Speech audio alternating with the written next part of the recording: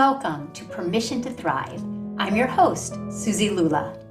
As a spiritual therapist for over 20 years, I have the honor and privilege of ushering women and mothers just like you on a journey from simply surviving to powerfully thriving. I also have the honor of raising our son, Will, who is now a young adult, with my longtime partner, Jamie. So I'm right there on the journey with you. Consider this your personal sanctuary, your space to meet your heart, embrace your messy, and come home to your most authentic, extraordinary self. My hope is that you leave resourced and inspired because you are here to shine. Welcome to Permission to Thrive.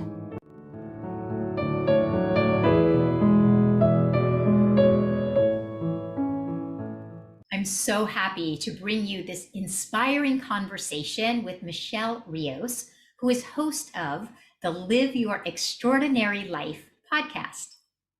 Michelle is a sought-after speaker and podcaster. After more than a 25-year award-winning career as a corporate executive, Michelle took a leap of faith and followed her heart to pursue her calling to inspire others to step into their authenticity and become what they were always meant to be, the most extraordinary versions of themselves. She is wife and mom to her teenage son. And in this episode, Michelle and I speak about how you can not only live your most extraordinary life, but how every one of us is destined to live our most extraordinary life. Michelle shares some vulnerable moments from her own journey, reminding us that breakdown is often the very evidence that breakthrough is right there calling us. We talk about navigating the pain and how pain is actually an essential part of creating a thriving life, and how every single one of us is here to live our most authentic and extraordinary life. So relax, get a cup of tea, light a candle, maybe get a journal, settle in to this inspiring conversation. So welcome, Michelle. I'm so happy to introduce you to my thrivers, as I call them. Welcome everyone to Permission to Thrive. I'm so happy to introduce you all to my friend, Michelle Rios. Michelle, as I said in the intro, you have your own podcast called Live Your Extraordinary Life. My podcast, Permission to Thrive. So we're soul sisters without even going any farther than the titles of our podcast. So I'm really excited to have you. Who does not want to dive into the world of living your most extraordinary life? So welcome. Thank you. First of all, thank you for having me. I'm so excited to be on this conversation with you. And we have so much in common, so many synchronicities. I know this is going to be a really fun conversation. Me too. There's nothing that I love talking about more than thriving, living your extraordinary life. So let's just start right there. What is your definition of extraordinary, thriving? What do you mean when you use those terms, just so we make sure we're all on the same page starting out? Yeah, that's a great question, because I do think it means something slightly different for everybody. But when I talk about living your most extraordinary life, there are a couple things that come into play. One, really living from your most authentic place, because when you are living authentically, you feel complete alignment in your body. And when you feel aligned, really the universe sort of cracks open and it's your oyster. So that is the primary principle around which I try to thrive and live around. Show up authentically, because that's the first thing. Secondly, live with passion. I think we, from a societal standpoint, stamp out passion, stamp out individuality, right? Society really encourages conformity. And so along the way, we put off joy, we delay gratification, we delay joy. And I really don't think that's the way we're intended to be. I think when we lean into joy, that is when our light shines. That is where our gifts appear. And so if you really lean into both being authentic and being in alignment and living with passion in your life, you get to live an extraordinary life. Mm. You start to operate at a completely different vibration and frequency, and doors open that were previously not even there. Not that they were closed, the doors weren't even there, and opportunities sort of abound, and you attract things that you're on the same frequency with. So that's really what I mean when I say live your extraordinary life. Yeah, I love that. So I'm hearing these qualities that also light me up. I'm hearing you use the qualities of authenticity and of joy. And you're saying that often our culture teaches us to delay the joy. Certainly, our culture doesn't teach us to stand in our authenticity. Certainly, our culture teaches us to be inauthentic at all costs, often. And so I love these qualities of authenticity, joy. I'm thinking of many of the individuals listening right now. If you're listening, and I'm thinking of moms that might have two small children under the age of 6 going, is joy actually possible for me right now? I think culture just spoon feeds us such a distasteful vision of, I'm always seeking to create a new vision of what could be possible. So can you share with us on a deeper level your journey with authenticity, your journey with joy? Was it always easy for you? Tell us your journey around this a little bit. Yeah, no, I'm happy to. And no, it wasn't automatic. I didn't just emerge this way. Well, I probably did. I probably had a lot of these qualities as a young child. And I remember feeling more carefree and alive and vibrant. And I will tell you, it's taken half a century to get back to a place where I feel 100% vibrant and alive in all moments. And now there have been degrees of getting closer to this throughout my life. So I do think there is this unlearning of what we're taught by society that has to take place. Certainly, my experience was work really hard, be a martyr, right? I had to be the superstar daughter, superstar wife, superstar mother. I felt all of those pressures that I'm sure many of your thrivers feel. I will say my happiest in going through those experiences was when I actually pushed back and tried to be more present in the moment and evaluate, is this activity, is this experience, is this thing that I've said to myself I really want to be part of truly my idea? Is it coming from me, or is it coming from expectations of others? So I'll give you an example. I grew up as the oldest of three. My parents were very young, they were teenagers, money was very tight, and there was this expectation that if I was going to emerge out of this cycle of financial struggle that my family was experiencing, if my family was going to emerge, it was on me and Mm. my generation. And I was the oldest. And so at a very early age, I think actually the story that it was possible for me to go beyond the circumstances of my birth really was a phenomenal thing that my parents did for me because it just fueled my imagination. This didn't feel like the end of the road for me. I was young, I was little, I was like 6 or 7 or 8, and I thought I could be anything. I could be a princess or a movie star or all the things. And my parents didn't try to shut that down. Quite contrary, they were very excited that I was enthusiastic about living, and their fuel was, you might not have been planned, because that was something I was very aware of, and it felt shameful at times. But they said, you are so needed in this world. And what you're going to do is shed so much light in this family and this world by being you. So go be you, go be the most you can be. Mm. Well, that's wonderful. I had a lot of enthusiasm. I thought if my parents said I could be anything, then I probably can be anything. But the limitations on what I understood were going to get me to where I wanted to go were obvious kind of out of the gate, because I was like, well, I don't want to be a doctor, and maybe I should be a lawyer. I argue well, and or maybe I should be. It was just very limited, right? It was what my parents understood would allow me to supersede my financial circumstances.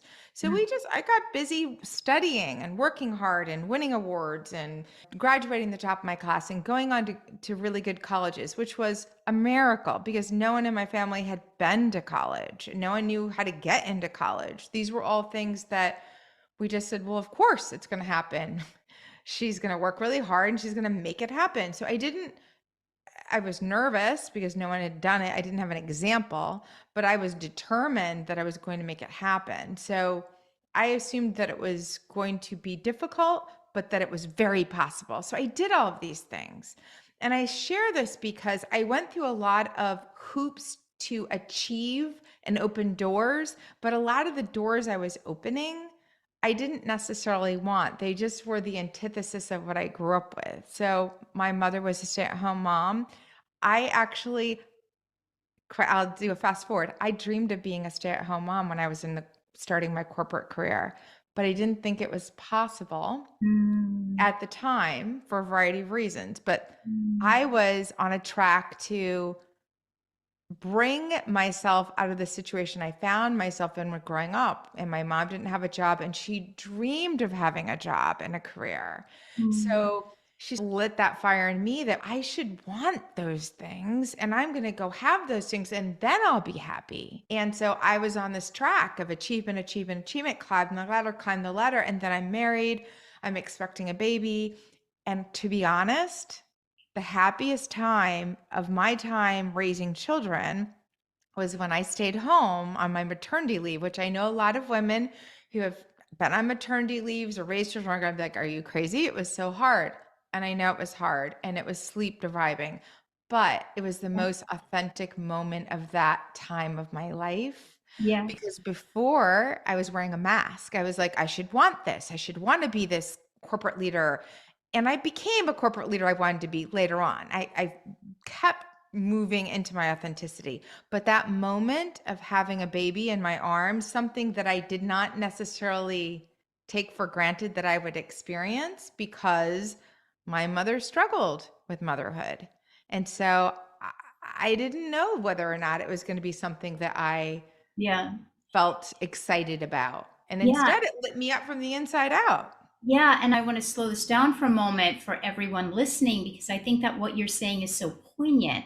What I think I'm hearing you say, first of all, just to go back, you alluded to something that I believe so strongly that every single one of us, regardless of the circumstances and situations that we're born into, is born with this blank canvas, this vision of what we're going to bring into our life, how we're going to live our life. There's something innate within all of us. And I just want anyone and everyone listening to just take this moment as we're breaking this down and recognize that within you, whether you are still connected with it right now or whether you feel it in such the distant past, that you were born with this innate, inherent awe and wonder. You were born a blank canvas with these gifts that you did come here to live an extraordinary, joyful, authentic life and be your authentic self. And I think that what you're sharing then has happened to so many of us, certainly myself included, based on other individuals, sometimes great intentions. Your family wanted you to surpass where they found themselves, which was a good intention. And it put you on this external cultural track of achievement and looking for that externally. You Yes. made it up that to get out of my financial situation, I need to earn. And you saw your mom as a stay at home mom, and that career path was her dream. And it set you onto a very external. So I want anyone listening who might be caught up in that external portion or the external chapter in your life, and you're recognizing, oh, I'm checking all the boxes, but I'm checking the boxes perhaps not for my own innate, authentic reasons. And then the last thing that I'll say that I just find so freaking delicious of what you're talking about is that your family wanted better for you. And so you went on this track, and it with all the glittery, shiny things that corporate America can bring, but you found inside of you, you loved your maternity leave. And I think this is so important for people to hear because our culture values the shiny. And you were having an authentic moment, you with your son, The you most fun, hands child. down, I've ever experienced to date in my life was the 6 months of, and I got an unpaid extended time off that I purposely asked for because I realized this Mm, honeymoon experience that I had was going to come to an end because my husband and I both had to work in order to earn a living.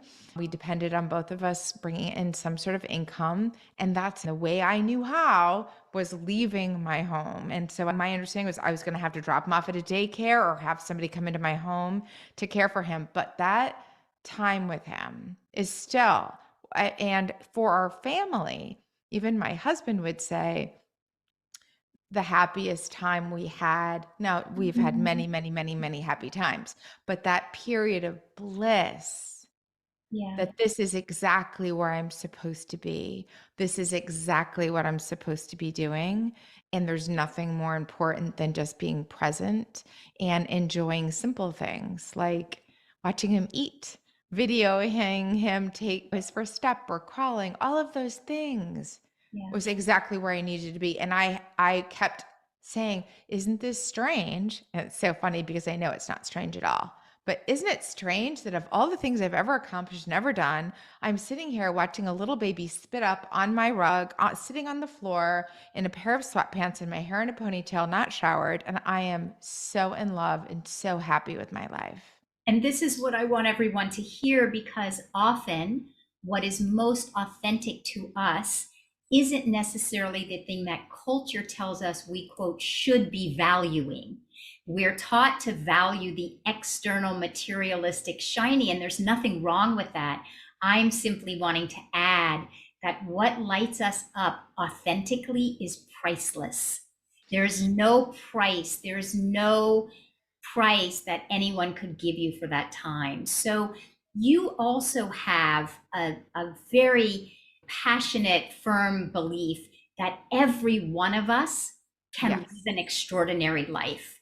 And so I'd love to segue into why you believe that, how you know that with every fiber of your being, and what if some of the thrivers listening right now are caught in, well, that sounds great for Michelle, but that's not possible for me. Yeah, it's not only that I believe it, but I know it. And it is part of understanding who we are.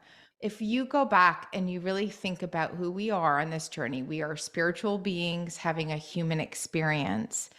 The power and the sovereignty and the abilities that we have within us are awesome, is the word. Really, they are extraordinary. And yet they go untapped often because we, at a very young age, start to listen to authority figures. And that's not that there's anything inherently wrong, but then our intuition and our ability to tap into what our soul tells us, what we know at a spiritual level in our, like we say, in our bones, we start to literally not know how to tune into that. And as we look outside of ourselves, the more we go on that quest for finding answers outside of us, the more disconnected we Mm, become.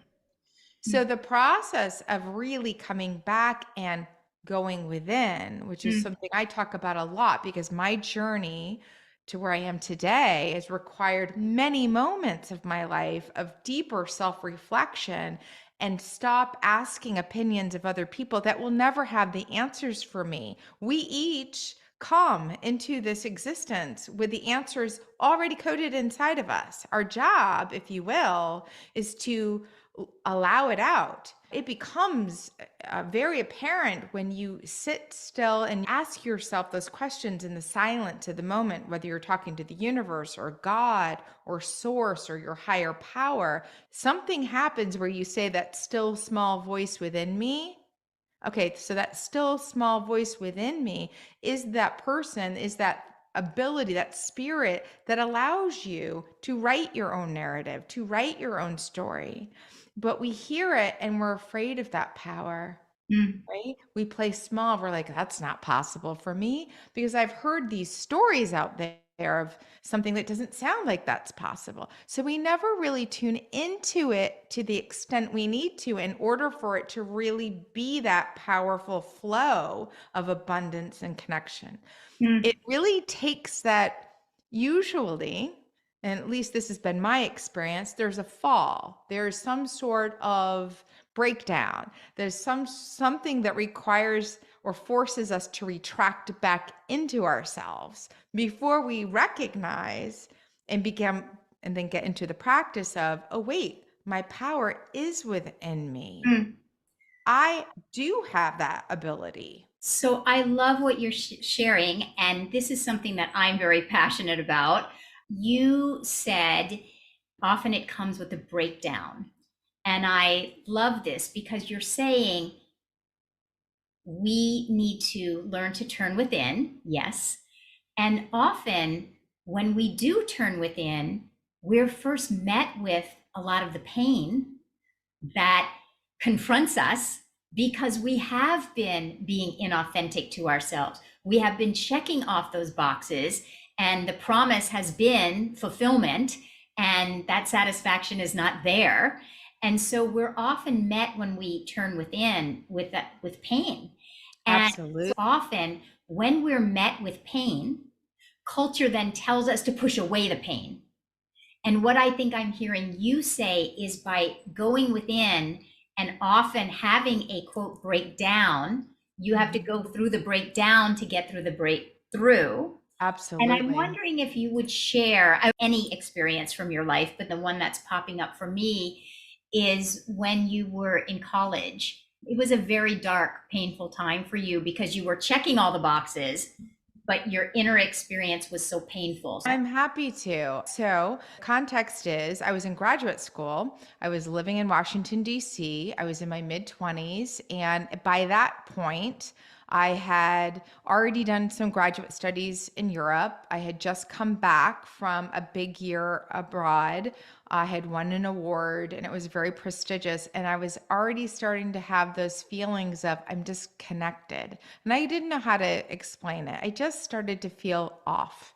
I didn't feel joyful. I just felt like things felt heavy, to be honest. And here I was in my mid 20s. And then there's something to be said. We're searching for who we are, right? We're really spend a lot of our time in our 20s searching. And I certainly was because I had bought into this idea that when I did a certain amount of work or I had paid my dues, if you will, then the euphoria of joy would land in my lap and happiness would be found. And wasn't I disappointed that all that work and quite frankly, increasingly burnout was happening? And I didn't really feel that joy. I had moments of happiness and I had friends and I was going out and I was doing all the things. I was a bit of the it girl at the time, but not that feeling of I belong and I'm comfortable in my own skin. I felt off.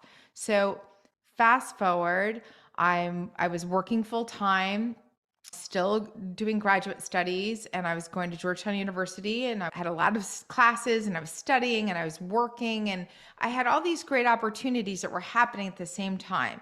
But I was getting to a point where sleep was really being compromised and I was working long hours and I was studying late at night and I was going out with my friends as much as I could. And I was just basically burning the candle at both ends pretty much to not have any time by myself because when I was with myself, I didn't feel comfortable. I didn't like who I was becoming. I didn't feel connected and I was confused. I felt lost. I felt really lost and I was starting to show signs of depression, to mm, be quite frank. And that was mounting month after month after month. And I kept saying, I'll push through, I'll push through, keep going.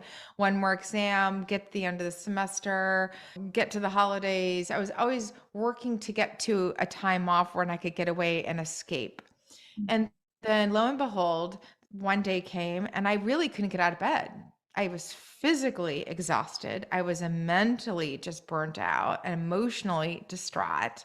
And when I could pull myself out, I found myself staring out the living room window of my 10th story apartment and looking out, feeling and thinking what a relief it would be if I Mm, just jumped, mm, because I felt overwhelmed. I didn't know the answer. I didn't feel like I was ever going to find the answer to getting rid of this feeling I had. And I felt so much pain and angst and anxiety and all of the things that I'm sure others can relate to. It happens at different points of our lives. It happened to happen to me at 26. So here I am.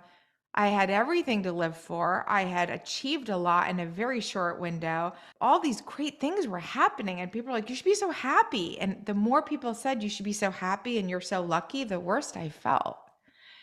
And here I was staring out a window, wishing I could just jump to escape the feelings and the pain. And I'm tearing up telling you this because it's such a visceral, real time for me. I had to grab a jacket and get out of my apartment because I knew that's not what I wanted, but that's mm, how distraught I was feeling. mm. And I ended up riding this bus through Georgetown and Washington, D.C. for the better part of a day when this poor bus driver, sees this young woman sobbing, sitting in the bus, literally free flowing tears coming out, sobbing, realizing I didn't have the answer. And I felt really stuck and I felt really sad. And I was going through all the feelings during the course of several loops around the city on that bus. I was obviously having thoughts that were Self-harm, disturbing. yes. They were concerning and alarming to me. I didn't want anything bad to happen. And I wanted to feel better. And I just remember going, I got to get off this bus and I don't know what to do. And I could feel my heart start to beat like fast. Like, I've got to make a decision. What am I going to do? And I felt all the anxiety and I'm snot all over my face. I mean, I like the least presentable possible. And I just remember going, I surrender. I don't know the answer. I surrender. I sort of like, in that moment, I give up, but I surrender is what came. And and honestly, it was exactly what needed to happen because in that moment, the bus was on Wisconsin Avenue going through Georgetown, and there was a sign. I have walked on the street 1,000 times and never seen the sign previously, and it said Community Mental Health Center.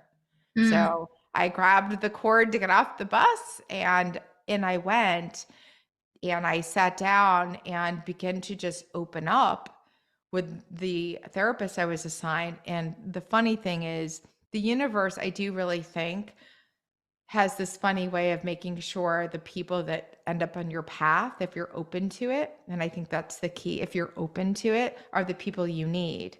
Because I was very closed at that point. We're going back a long time ago now. If we think there's stigma around mental health today, there was enormous stigma around mental health 30 years ago. yeah. Someone in your family that you're an overachiever, you are Oh, breaking the chains of your family, you're their hope, you're their shining star. So you're the last person that should have been in that mental health facility. yeah, because we think if good things are happening to Yes. someone, how could they possibly have anything wrong? And that's such a fallacy. We're all built, I think, in a way that there's a fragility of our Yeah. human experience. Yeah. And that's really what I want to highlight for everyone listening. First of all, I echo you that I believe that the universe is so for our awakening that there are no coincidences, there are no accidents that you'd walk that block 1,000 times and never seen that sign. But on that day, at that time, you looked up and the thing that you needed was right there in front of you. I believe that there's no accidents. Anyone listening today to your story, anyone listening right now, going through any kind of painful experience, There's no accident that you're listening right now. And there is something, whether it is this conversation, whether it's going to your website or my website, whether it is the next person you're going to meet after you finish listening to this podcast, there is something miraculous weaving itself together in the tapestry of your life that is going to present to you the exact next step, the exact next person, the exact next situation or circumstance, or the exact next inner prompting, because you had the inner prompting to look up. You had the inner prompting then to walk through those doors that you might not have 10 weeks prior to that. So I really want everyone, I'm so passionate about really assisting us not to be afraid of the pain. That At from the all. soul level, the soul doesn't resist the pain. The soul knows that it's coming onto this earth, and there's going to be some messy. You think of childbirth from our first moment on. Childbirth is messy, and the soul welcomes the messy. The soul realizes that in the messy are insights and revelations and promptings and your next door and your next breakthrough. So I thank you so much for sharing that particular part of that story so vulnerably. It just speaks to the power that if we are courageous enough to meet the pain that comes up, Yes. the other side of that pain is your breakthrough. Absolutely. And I would say that I have been in that spot, and it's not that it's just one day and the light switch goes on and it all gets better. So for anybody listening who might be in a vulnerable place, that might be feeling depressed and sad, first of all, please get help. But know that if you walk through it, the fastest way through it is to go through it. And I think that that's something that has become a bit of a superpower. It's not that any of us are immune from experiencing pain and grief and frustration and anger and all of the things, disappointment. I now know that when that happens, first of all, I usually reach out to a friend to say, I know this is happening for me, not to me, and I'm on the cusp of a breakthrough. I don't know what it's going to be, but I know when I get to the other side of this, some big things are going to be happening. And I kid you not, it always, every breakthrough in my life to a next level of awareness, of consciousness, of awakening is preceded by a fall of some sort of difficulty, of some sort of challenge.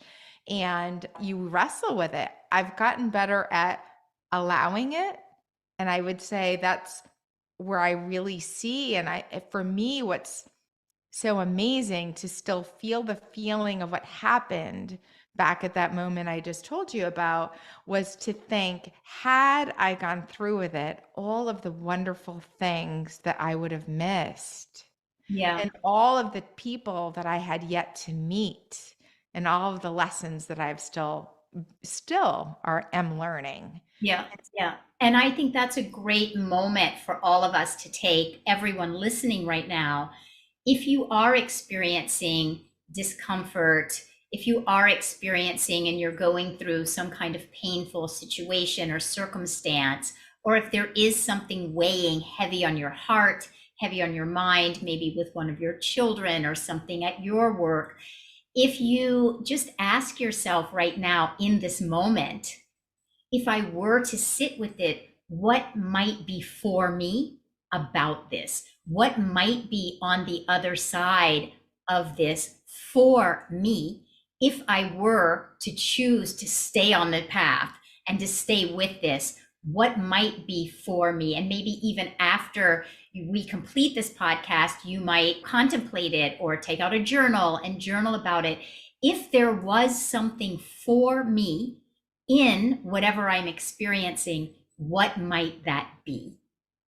And then allow yourself, like Michelle is saying, to sit with and hear your own inner wisdom, your own authentic voice that is underneath all the things that you've been taught. Because there is that still small voice that is seeking to rise up and bubble up. We just need to take the time to let all the dark and the pain and the discomfort and the messy just fall away to welcome that voice. So Suzi, I would love to share a quote because it just fits so nicely after what you just said. And I think it goes into why a lot of the times we experience the things we do and what we can do with it. And it actually stems from business. It goes, the business of business is human relationships, but the business of life is human connection. Mm. And if your pain or what you're experiencing or the place you're stuck in, if you think about that struggle and that experience, if it doesn't necessarily in your mind conjure up the idea of how this is going to serve me, know that you will connect with somebody because of that. There will be something in your experience or your story that will resonate with somebody else. And it just reinforces this. We're all very connected. And while our journeys may be different, the feelings we feel, the experiences we go through, just go to prove how connected our experiences are. Exactly. And that just brings me, I love what you're saying. And it brings me to my last question for you, which I think also is going to speak to so many, which is on the other side of that connection, be it with your own inner voice, be it with another individual. Often we are going to be called upon to take a step, take a different external action, to take some kind of external action. And this brings it full circle to living your extraordinary life. You are in the midst in your current life right now of making some external Yeah. changes and expansions, and that's calling forth your own courage of taking some leaps of faith. And you were sharing with me how you were sharing with one of your coworkers about these steps Yes. that you're taking. And I'm wondering if you would share, because I think that's just a great way to round everything up and bring it full circle to this extraordinary life and how we're all Yes. connected and how everybody wants what each other has. Well, I say I'll start the story with stepping into your authenticity requires courage. Bottom line, it's not easy, but everything you want is on the other side of fear. And so I made a decision now almost a year ago that I was going to step away from this very exciting, lucrative, engaging corporate role that I've had now for the better part of 25 years and to start focusing on my writing and my podcast and these topics that I'm so passionate about, really stepping into that more fully. So I made that decision, and there are going to be two parts of the story that I want to tell. The first part is actually when I met with our founder and CEO. And I had already made this decision. I felt very at peace. It was probably the most authentic, connected, and aligned decision of my life. And I walked into meeting and I remember thinking, there's a possibility that he's not going to react well to this information, that he's going to take this news gruffly. I might be stuck having coffee by myself in this very public place. And so I went in, but I was sure it was the right thing to do in my bones. And I went in going, it could happen. And I just need to be strong and walk through the discomfort if that happens. The complete opposite happened. I walk in, I go to sit down, and he goes, what is happening with you? There's like light beaming out of you. And I just knew. I said, this is what I'm supposed to be doing. That's why. And I said, well, I didn't even get to my sentence.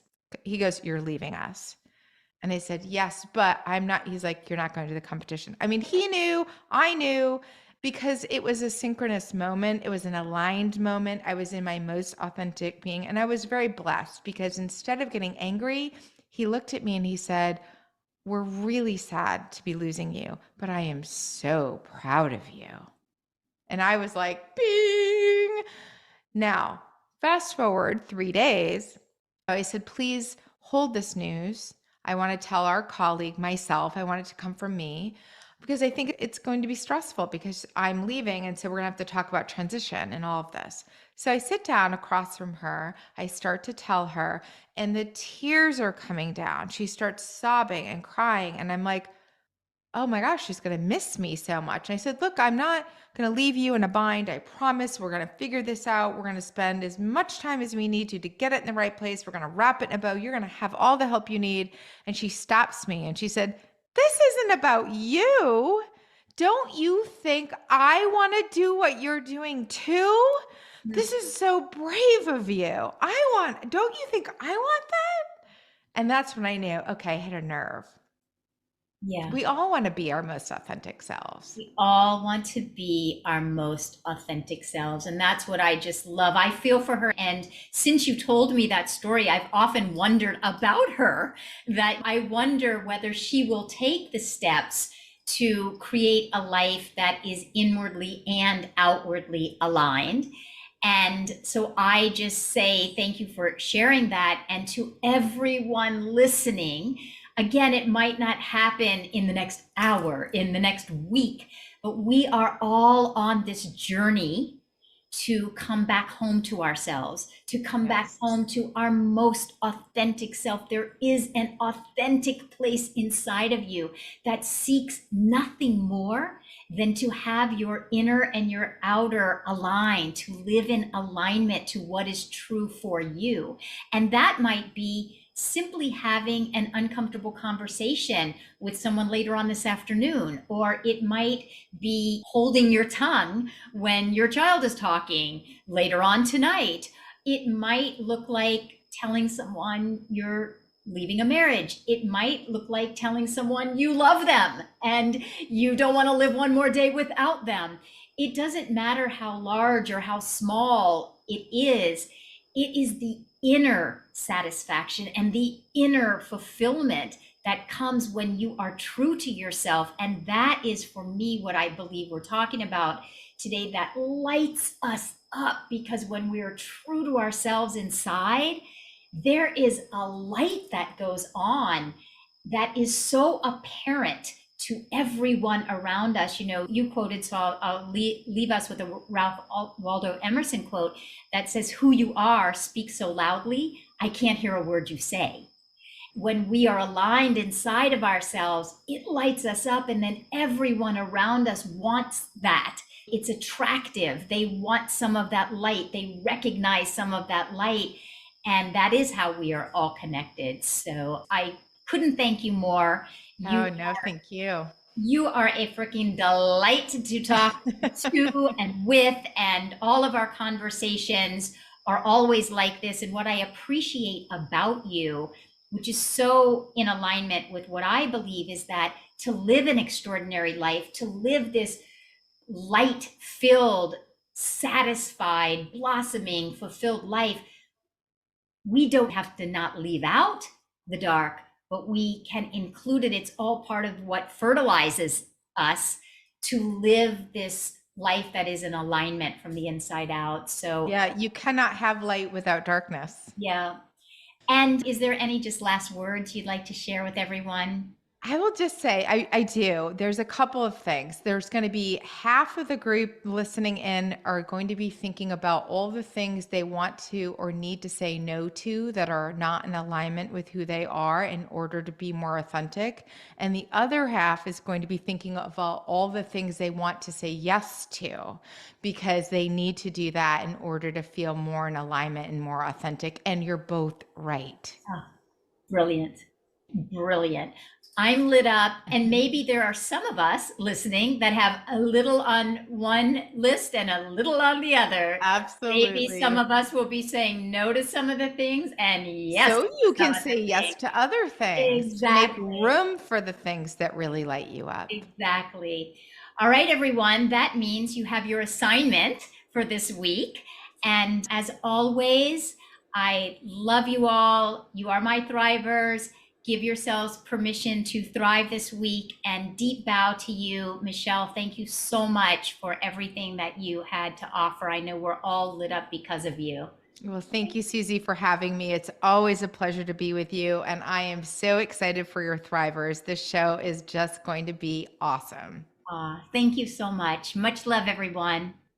I hope that you're leaving feeling nourished and inspired to step more fully into your authenticity, your joy, and your courage to take the actions to live your most authentic and extraordinary life.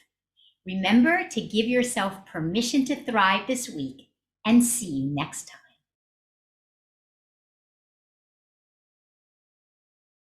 time.